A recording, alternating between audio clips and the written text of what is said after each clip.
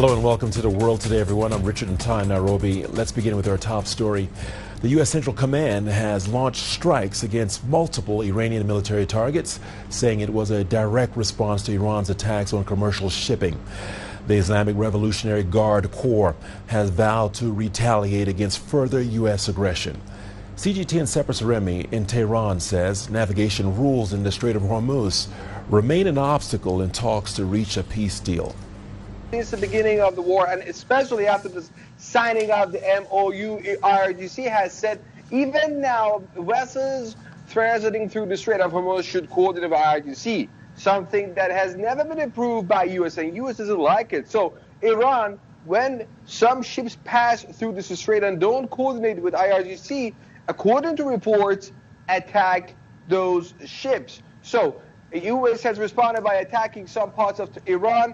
Iranian media that, yes, so many parts in Sirik in southern Iran have been attacked. About the way that Iranians show reaction, I should say that Iranians have never had any faith in this MOU, because this MOU was just a very, very general framework that was supposed to kickstart negotiations to solve the outstanding issues between Iran and the U.S. on the nuclear matters, or as U.S. says on ballistic missiles. U.S. says, but Iran has always rejected that it's going to negotiate the ballistic missiles. Iran supports for what they say proxies, what Iran says allies in the region. So this MOU was a very general framework that most Iranians that I see on the ground have never had faith in it, because as you know, U.S. has attacked Iran 2 times in the middle of negotiations in the past 2 years. Once the one that before the 12-day war, and again another one before the 40-day war. So Iranians are worried the possibility of another round of escalation is again there between Iran and the United States. U.S. President Donald Trump warned on social media that Washington may be forced to militarily complete the job after it targeted Iranian missile sites. Karina Mitchell has more from New York. Well, shipping through the Strait of Hormuz once again the victim, that as Iran tries to assert control over one of the world's key arteries when it comes to transporting energy and oil. The U.S. pushing back as it tries to assert control over the waterway. The latest escalation just days after a commercial cargo ship came under fire from an Iranian strike as it was traversing the strait through an alternate route endorsed by the United Nations and took a hit. There are now reports another vessel has come under attack, according to reports from British Maritime monitoring the strait. It comes as Friday night the U.S. responded to Iran's initial attack by striking Iranian drone and missile storage locations. U.S. President Trump posting on social media calling Iran's provocation a, quote, foolish violation of the ceasefire. Now, further escalating tensions overnight, Bahrain says it was targeted by Iranian drones. The kingdom is one of Washington's most vital military partners in the region. An advisor to Iran's supreme leader, Mujtaba Khamenei, took to social media accusing the U.S. of violating Article 5 of the fragile MOU in place, which deals with safe passage through the strait in coordination with Iran, adding, quote, the response to the violation of the Memorandum of Understanding will be swift and decisive. Now, U.S. Vice President J.D. Vance, who attended talks in Switzerland a week ago to kick off discussions to try and find a broader U.S.-Iran peace deal, said if Iran has concerns about the implementation of the MOU, they can pick up the phone. Now, the back and forth is seriously harming efforts to keep U.S.-Iran diplomacy alive, and Iran recognizes the strait is its most valuable negotiating tool. And it all just goes to highlight how difficult it's going to be to return traffic through the strait to pre-conflict levels. Karina Mitchell, CGTN, New York. The Israeli army has launched fresh attacks on southern Lebanon, despite the 2 countries having reached a framework agreement aimed at securing lasting peace. The deal was signed during the latest round of ambassador-level talks in Washington, D.C., and includes provisions allowing Israeli forces to remain in a designated security zone. Hezbollah Secretary General Naim Qassem condemned the agreement as a grave blunder and an effective surrender of Lebanon's sovereignty. More than 1 million Lebanese have been displaced by relentless Israeli strikes on the south. Turning now to Venezuela, where the death toll from Wednesday's twin earthquakes has surpassed 1,400. Rescue operations are intensifying, with international teams joining the desperate search for survivors still trapped beneath the rubble. RT News' Gladys Caseta reports from Caracas. This is the third day after these earthquakes, and now we're entering on the hour 96, on the fourth day after the event. So the situation continues to be dire, continues to be harsh. Precisely in La Guaira is the place that was the hardest hit by these events, these twin events. And I have to say, in Caracas, the cleaning operations are faster because it's easier. But in La Guaira, we are talking about more than 100, more than 300 even. And we are counting those groups that flattened, but not the entirety of the damage, because we know that other buildings are presenting structural damages too. I want to, get our audience close to the situation, listening to two persons that were impacted, that were affected, and this is what they have to say. We are desperate for help because every second counts. We firmly believe they are still alive, and with every minute that passes, they could lose their lives.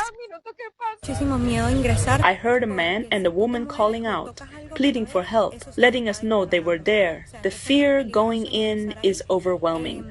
One wrong move and it starts collapsing. There's very little oxygen. You come out dizzy and gasping for air. Regarding the situation with the humanitarian help, well, the government is instructing the channels, is also setting the ways, mechanisms for delivering and handing over the help. And also there are so many places that are articulating this, gathering, and also this holding of the goods that people is trying to donate. One of the biggest and the largest ones is Parque del Este, which is receiving, baby clothes, shoes. They are receiving even, sheets, everything that can help the people to have a dignified existence right now after they lost everything in this event. Venezuela's acting president Delcy Rodriguez says rescue teams from multiple countries are joining relief and rescue operations. Thousands of Venezuelans have also joined search efforts and rallied aid for affected communities. Stephen Gibbs has more from Caracas. At least 3,500 people injured. It's going to go up as well as the death toll. This is a country on the back of one of the deepest recessions ever seen anywhere in the world. Its public health is in a bad state. Its hospitals are in a very bad state. What we've been hearing, that in this worst affected coastal area, the hospitals can't really treat any more people, and so people are being transferred to here, the Caracas, the capital, which is only 45 minutes away, but the hospitals here are struggling. So that is where the international community also comes in. We understand that possibly a field hospital will be set up. One of the suggestions is that might even be at the main Caracas International Airport, which is currently closed to commercial traffic, but has just opened to military and aid traffic. The reason that it was closed was because there was a big crack in the main runway from the earthquake. That has since been repaired, and it might well become the base for hospitals. In order to save these people, what we've been seeing is a move really away from local help to international help. There are at least 20 countries represented on the ground now in Venezuela who have teams who are looking to rescue and recover people. These are world experts, many of them from countries that are vulnerable to earthquakes themselves and therefore have gained a lot of expertise. So that is a bit of a lift for the people of Venezuela that are going through an extremely difficult time. And as we mentioned, the death toll unfortunately rising. Meanwhile, Chinese state-owned enterprises have teamed up with local Chinese businesses to coordinate rescue efforts in Venezuela. Industrial cranes are now being used to clear debris from collapsed buildings and reach survivors trapped underneath.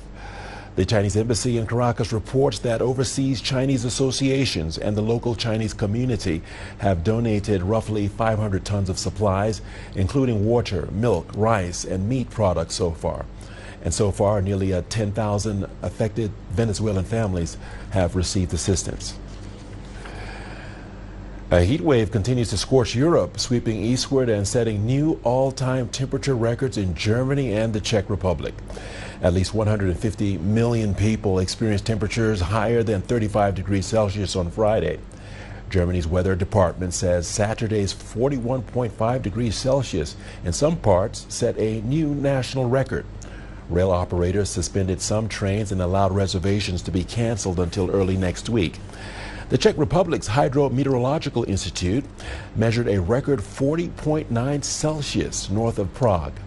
Denmark reported 37 Celsius, the highest temperature on record since measurements began in 1874. Italy's health ministry issued a red heat wave alert in 18 cities, including Milan, Rome, Venice, and Florence this weekend. And in France, rail travel and power generation have been disrupted. Alcohol bans have been put in place, classes have been suspended, and outdoor events postponed. Our reporter Sarah Coates has more from Paris. France is sweltering, and this heat wave has now sparked a very hot political debate. As temperatures climb, air conditioners and even basic fans have been selling out across parts of the country, with many people desperate for some kind of relief. For many people, especially those living in small apartments under the roof, nighttime can be just as difficult as the days. Now, that's pushed the political right to argue that France needs to get serious about installing air conditioning in more homes, especially for elderly people and those who are most vulnerable to extreme heat. My apartment is top floor, south facing, so it's really, really, really hot in there. And after the last heat wave, I was able to get my hands on an air conditioner. So it's been a lot better, manageable now.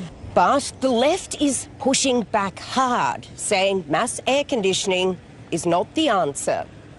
They argue that it may cool one apartment, but it adds pressure to the electricity grid and pumps even more hot air back into already overheated streets. That is a short-term solution, just for our comfort, when we have committed so long to not contributing further to climate change. So what began as a question about how to stay cool has become a much bigger argument about how France adapts to climate change. The debate now is whether France needs more air conditioning or whether cities should be redesigned so they stay cooler without it. For now, people are just trying to get through this heat, but politically, the debate is only getting hotter. Sarah Coates, CGTN, Paris. Well, that is it for this edition of The World Today. I'll be back shortly with more news from the continent in Africa Live. Thanks for watching.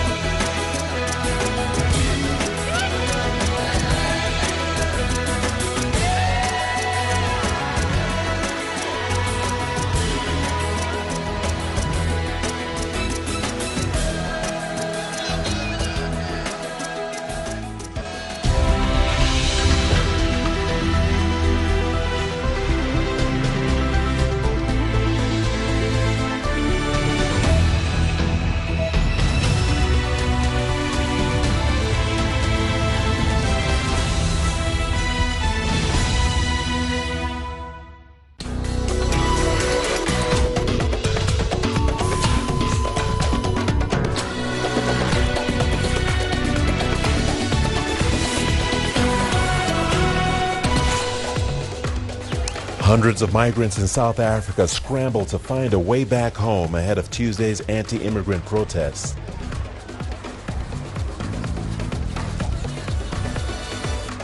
The DR Congo says confirmed Ebola cases have now climbed above 1,200.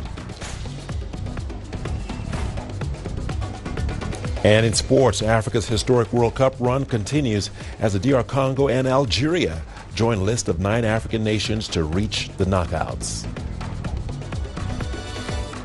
Hello and welcome to Africa Live. As always, great to have you with us. I'm Richard Nta, live in Nairobi. And for those of you joining us from across the continent and around the globe, we thank you for joining us.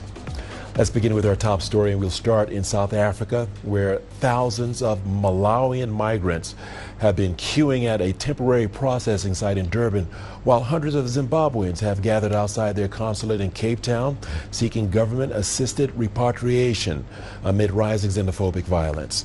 This comes as fears grow over planned anti-immigrant demonstrations set for June the 30th, with some groups warning undocumented foreign nationals to leave the country by then.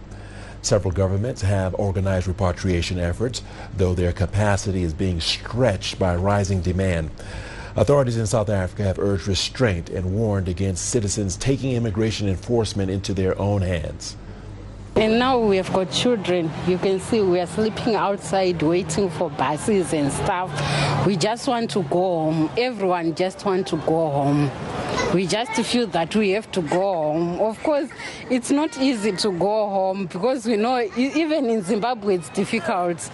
But we just have to go because we are scared. We just want to protect ourselves. We just want to be safe. To Malawi now, where over 10,000 citizens have begun returning home from South Africa after facing xenophobic violence and threats. The government has unveiled a fundraising campaign to finance the repatriation of its citizens. The Department of Disaster has called on development partners, the private sector, and religious organizations to contribute money and transport service for Malawians wanting to leave South Africa. CGTN's Travis Andrews has more with this report. As Malawians begin returning home, many have made their way to the commercial capital of Blantyre. From there, they will be transported to various districts across the country, following assistance such as temporary shelter, meals and psychological support. We have made an appeal for support, close to $14 million, which should cover buses for transportation of people that are returning home from the Republic of South Africa. We also are looking at logistical costs along the way. They need to be escorted from wherever they've been picked through Zimbabwe, Mozambique into Malawi. And when they arrive in Malawi, they are given transport to travel to their districts of origin. The main stadium in Blantyre is being used to house reception facilities for returnees, with the first group arriving on June 9th, while transport is being arranged for those still in South Africa. For returnees, the assistance is much appreciated and needed as reintegration within the communities begin. I am grateful to the government for what it has done for us, and I am asking it to do the same for many Malawians who are still stranded in South Africa.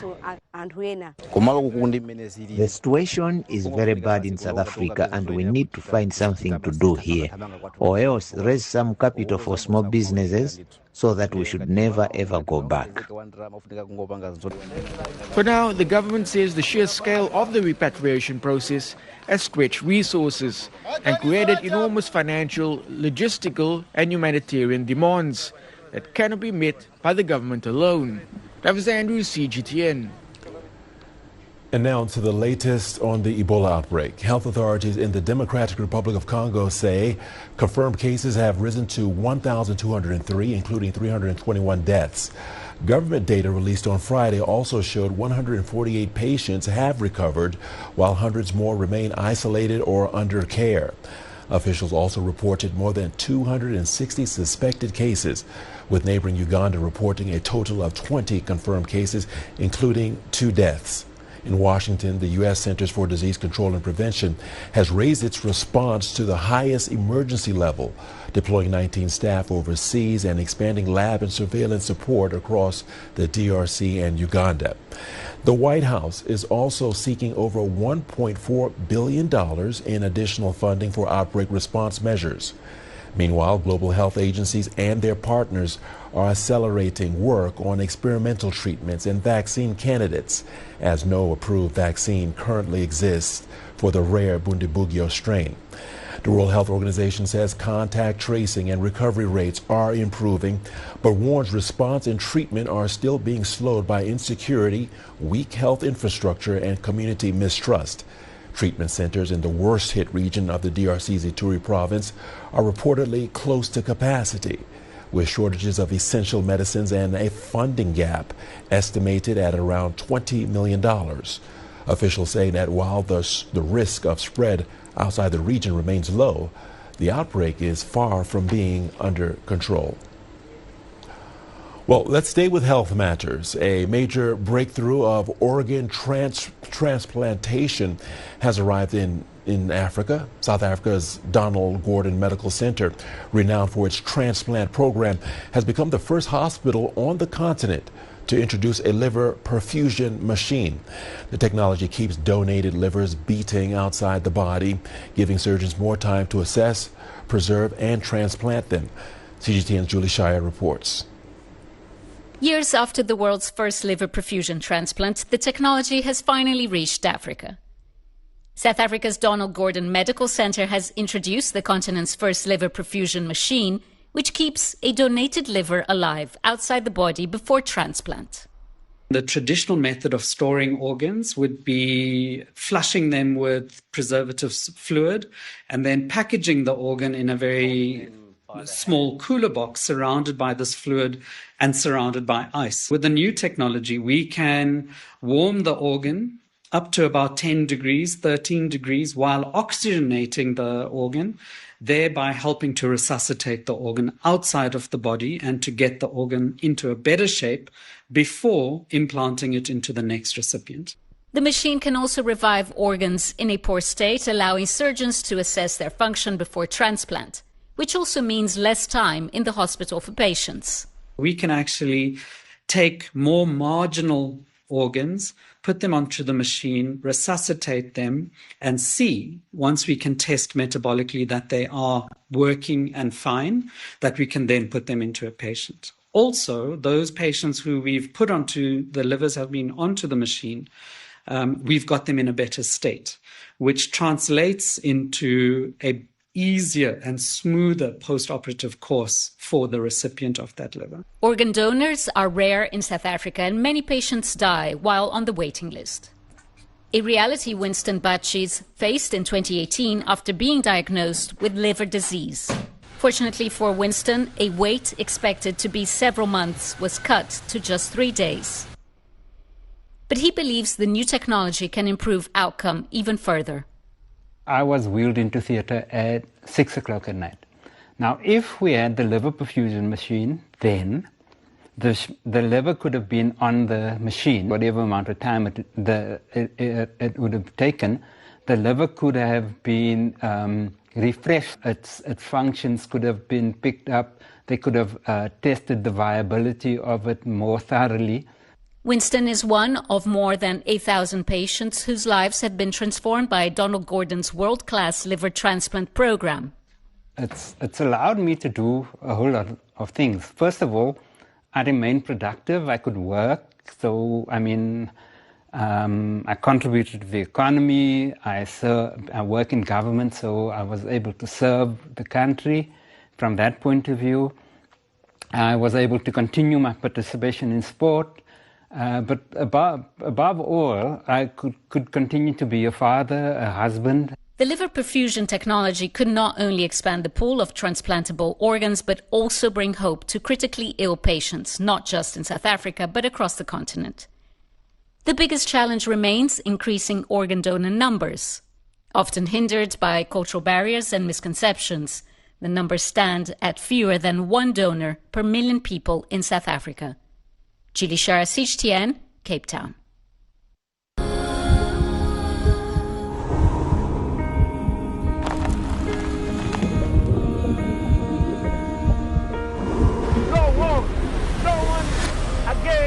everyone holding guns. Words protesters.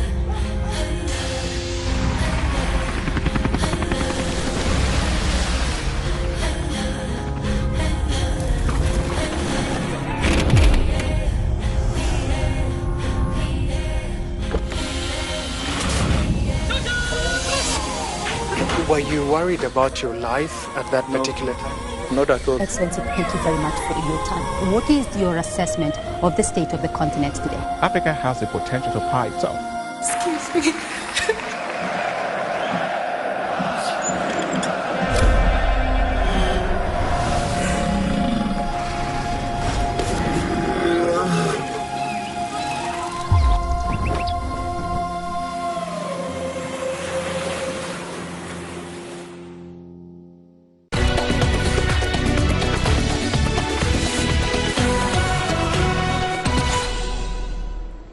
The conflict in the eastern DRC has long disrupted the cocoa industry in the country, turning the crop into a conflict commodity. Armed militias often target remote farming regions, stealing cocoa to finance their operations. However, some have refused to give in to the violence and are stepping up ways to secure their land. CGTN's David Nta elaborates. These young men and women in uniform are guards employed by the Virunga Origins Company in Beni Province. They specialize in patrolling the local cocoa plantations on the northern edge of Virunga National Park and call themselves field guards. Day and night, they watch over the fields, armed with only batons and handheld two-way radios, and alert farmers of the slightest suspicious movement. We joined this program for our own good, and we are doing a good job. We are now managing to catch thieves and subdue them, just as Virunga trained us to do. We anticipate all their maneuvers to prevent them from getting past us. Cocoa farming is a major driver of the local economy here, with many families heavily dependent on the revenue. Yet for several seasons now, their livelihoods have been threatened by repeated thefts, forcing farmers to take matters into their own hands and devise several ways to save their crops. The cocoa we grow is purely seasonal. We harvest on the 15th and 30th of every month. But sometimes when we arrive at the fields to harvest, we find that thieves have already stolen everything. So we've started coming from time to time to pick up whatever is close to ripeness. And they say the different initiatives are already beginning to bear some fruit. Across several villages, farmers have seen a drop in thefts. But everyone recognizes that this community-led approach alone cannot guarantee lasting security. And the cooperatives representing local farmers also have another concern. When the ponds start to show signs of ripening, the farmer is forced to harvest them for fear of thieves. Sometimes people tell us this is to protect the cocoa, but it's not a good method because cocoa that hasn't reached maturity will automatically be of poor quality, and this will hurt exports in the long term. While the initiative is restoring hope to communities in Beni, cocoa producers are still banking on more support from authorities. But for now, they can keep farming with some peace of mind, knowing that their investment is more secure than before.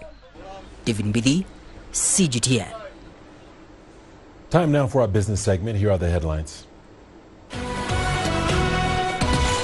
Coming up, we'll tell you how electric vehicles in Côte d'Ivoire are driving the shift to lower emissions and reduce fuel costs. You don't find the stories of North Africa by sitting on the sidelines. You've got to get out, go there, and you'll find them. In the bazaars of Casablanca, among the crowds in Cairo, We'll come to visit Cairo, the ancient capital of Egypt. along the waters of the Nile, along the sands of the Sahara. No one else will take you where we can in North Africa. No one else will show you what it's all about. CGTN, see the difference.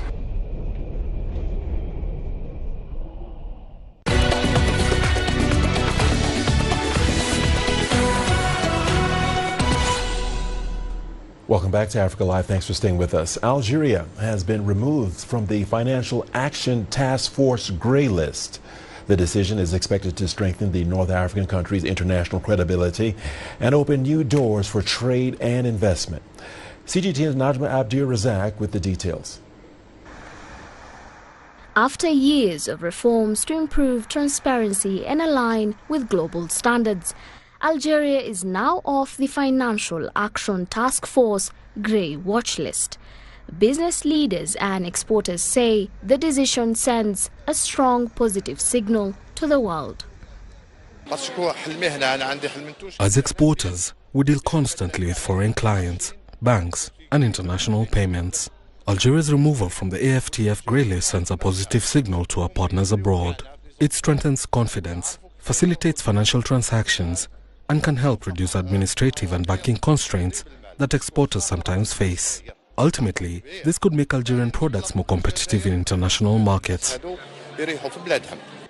At the 57th Algiers International Fair, exporters welcome the news. They say it improves Algeria's image as a reliable business destination. Foreign partners pay close attention to international finance assessments, and exiting the grey list is reassuring for investors and traders alike. We expect this development to encourage new partnerships, facilitate access to foreign markets, and create additional opportunities for Algerian companies seeking to expand internationally. Economists say the significance of the FATF decision goes far beyond the financial sector. They see it as international recognition of Algeria's serious efforts to strengthen governance, enhance transparency and modernize its banking system.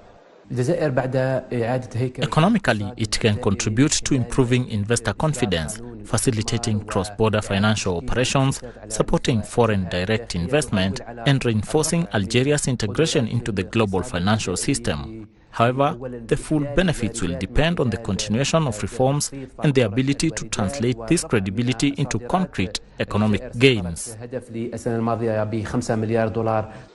While the removal from the grey list is being celebrated, analysts caution that sustained reforms and further improvements to the business climate will be essential to fully unlock new investment for Algeria, resulting in long-term economic growth along the way. Najma Abdir Razak, CGTN. And now to Cameroon and the inland port of Garoua on the river Benue. Once a bustling trade gateway linking northern Cameroon to Nigeria, has for years sat largely abandoned. For decades, residents have watched commerce disappear along with their livelihoods. But renewed calls to rehabilitate the port are raising hopes that it could once again become a key economic engine for the region. CGTN's Ian Kenyua reports. Seen from above, the quiet docks of Garoua tell a story of a once thriving trade hub, now fallen silent. Opened in 1935, the inland port on the long and winding river Benue connected northern Cameroon to Nigeria, moving people and goods while supporting thousands of jobs. Today, only a handful of boats remain. I find myself feeling nostalgic because when I was young, I remember how busy it used to be here. It was a real meeting place where there was something for everyone. Even small children could come and play by the water's edge. Shopkeepers would come to do a good turn of business, and even dock workers would work here. There was something for everyone. Residents say the port's decline has transformed the local economy. Goods that once arrived quickly and cheaply by river now depend largely on road transport, increasing costs and slowing trade with neighboring Nigeria. The economic benefits that this port brought to the town of Garoua were considerable. Firstly, it helped to reduce unemployment, as many people were employed thanks to the port. Secondly, it facilitated the transport of our goods to Nigeria, which represented a significant economic advantage. Since the port ceased operations, it has been a huge loss for the town of Garoua. Despite its deterioration, experts believe the port still holds strategic value. Linking Cameroon with Nigeria, Chad, and the Central African Republic, they argue that restoring transport on the Benue River could lower freight costs and strengthen a regional trade. This infrastructure is important. It enjoys special status as an autonomous port. Better still, it is an autonomous port that has been transferred to the Garua urban community. It enables businesses in Garua to carry out both their export operations, particularly for products from industrial activities such as those of sewed cotton and other companies via the river Benue, as well as their import operations for goods from GMT on the opposite bank. Authorities in northern Cameroon are considering a major rehabilitation project, but restoring navigation, modernizing aging infrastructure, and integrating the port with Cameroon's wider transport network won't come cheap. The project will be economically viable in the long term if the modernization works are actually carried out, if the navigability of the river is ensured, and if the port is integrated into a multimodal network linking in particular the seaports of Douala and Kribi to the northern regions of Cameroon. For residents of Garua and its surrounding villages, the abandoned port represents more than fading infrastructure. It is a reminder of lost opportunity and of hopes that renewed interest and investment could once again make the River Benue a gateway for trade, jobs, and regional economic growth. Ian Kenyo, CGTN. In Côte d'Ivoire, electric vehicles are gaining ground, especially in the ride-hailing taxi sector. Drivers say they can cut daily operating costs by 30 to 40% compared to petrol-powered cars. While the shift promises lower emissions and reduced fuel costs, challenges such as limited charging infrastructure remain. Here is CGTN's Sharon Baranga with that report. In Abidjan, many ride-hailing drivers using platforms such as Yango are choosing Chinese-made EVs, which they say offer long driving ranges, lower maintenance costs, and great comfort. However, the lack of charging stations and specialized repair centers continue to slow wider adoption. In my opinion, Chinese electric vehicles are of excellent quality. They are fast, durable, and comfortable. The batteries have a long lifespan, and the air conditioning is excellent. My vehicle, for example, can travel around 400 kilometers on a single charge, which lasts me a week. Electric vehicles require no special maintenance, as there are no oil changes to perform. The only challenges are the lack of specialized repair shops and charging stations. This is why we are asking the Ivorian government to address the situation by increasing the number of charging points and repair shops. Dealerships such as Huanyu Auto and distributors like Sino Africa are expanding the availability of EVs designed for both private and commercial use. Electric SUVs and sedans are becoming increasingly common in showrooms across Abidjan as dealers seek to meet growing demand. Our Chinese electric cars are well regarded in the market, though they face competition from fuel-powered vehicles such as the Tour and Chang'an models. In my professional opinion, this is based on two factors. Firstly, on the deliveries we have made, and secondly, on the market rate.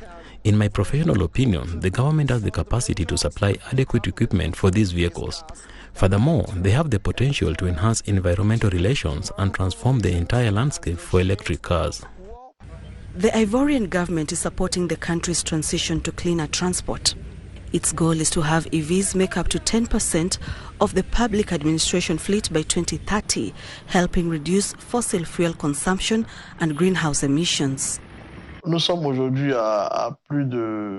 now have the fleet of more than 2,000 electric vehicles. Just 2 years ago, Côte d'Ivoire's electric vehicle fleet stood at around 400 units. Our aim is to install a minimum of 500 or 600 charging points, or even 1,000. Once our current project is implemented, it will enable the installation of 300 solar-powered charging points nationwide. Our target is to have 5,480 vehicles by 2035. Analysts say the economic benefits are already clear, with the electricity costs falling to less than half for the 349-kilometer journey between Abidjan and Bouaké. Some manufacturers have also begun assembling EVs locally to make them even more affordable. Sharon Baranga, CGTN. China has returned to the top of the world's supercomputing rankings. A newly developed Chinese system, Lingsheng, has claimed first place on the latest top 500 list, unveiled at the International Supercomputing Conference in Hamburg, Germany. It marks China's first #1 ranking since 2017. China's newly unveiled supercomputer Lingsheng has taken the top spot on the 67th Top 500 list, released at this year's International Supercomputing Conference in Hamburg. Capable of more than 2 quintillion calculations per second, Lingsheng ranks ahead of the United States' El Capitan, Frontier, and Aurora, as well as Germany's Jupiter. Experts have already begun highlighting Lingsheng's distinctive technical design. This is a major achievement.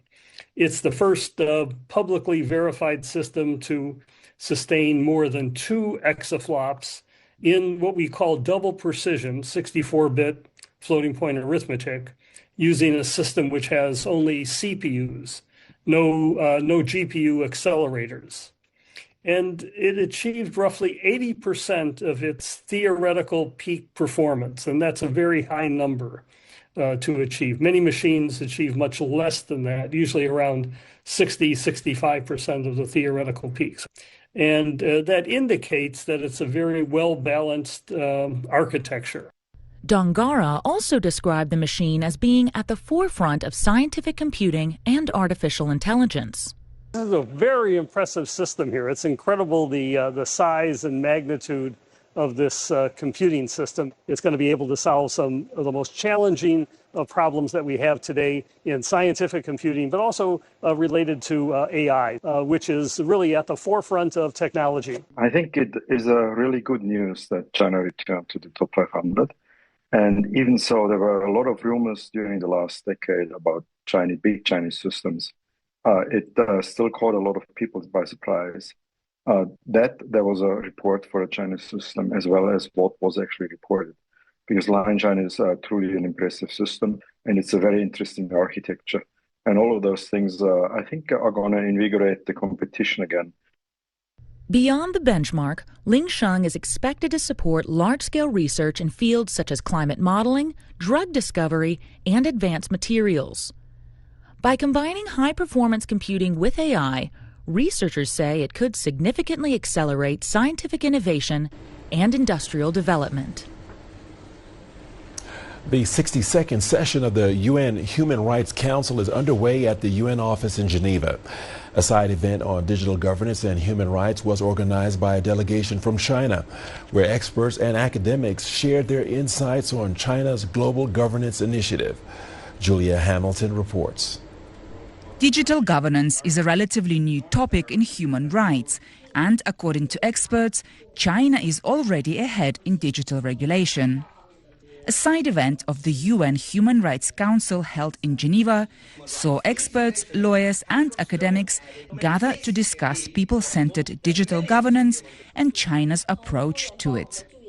The idea is to promote dialogue and to move away from confrontation. We need a shift in paradigm, and at present the mood in the Security Council is very confrontational, and people don't listen to each other. And China has been, for the last 20 years actually, China has been a voice advocating reconciliation, advocating trying to find a modus vivendi. The experts discussed AI and digital governance in the international global supply chain, AI technologies used in daily life, and the quality of AI development. Through their speeches, experts agreed that the UN should be the global governance system, and they welcome countries like China who want to take it forward and make concrete and feasible suggestions, like China's Global Governance Initiative.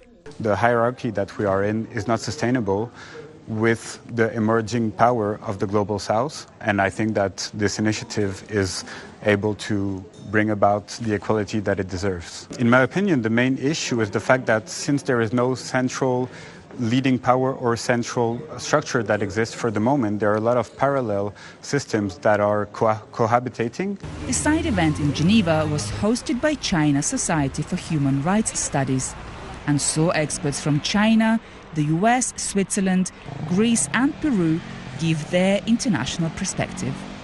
During the current session of the UN Human Rights Council, experts are discussing how to ensure artificial intelligence serves the public good without compromising fundamental rights. As AI continues to advance faster than many governments can regulate it, issues surrounding privacy, accountability and equal access are becoming an increasingly important part of the global human rights agenda. Julia Hamilton, CGTN, Geneva. And it's time for our sports segment. Here are the headlines. In sports, Africa's historic World Cup run continues as the DR Congo and Algeria join a list of 9 African nations to reach the knockouts. The greatest journeys, the greatest sights, the greatest adventures. Here in Kanata, this weir allows the locals to walk on water. We're far more than just TV news. We're your passport to the wonders of Africa.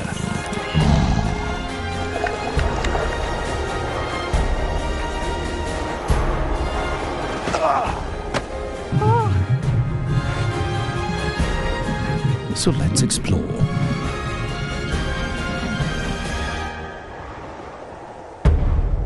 CGTN. See the difference.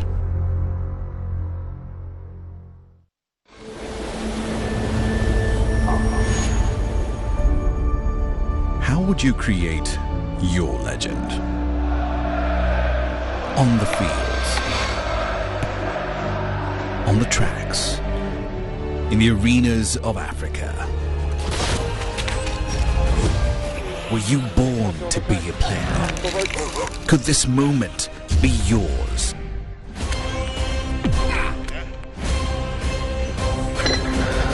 Sports Scene. Find your game.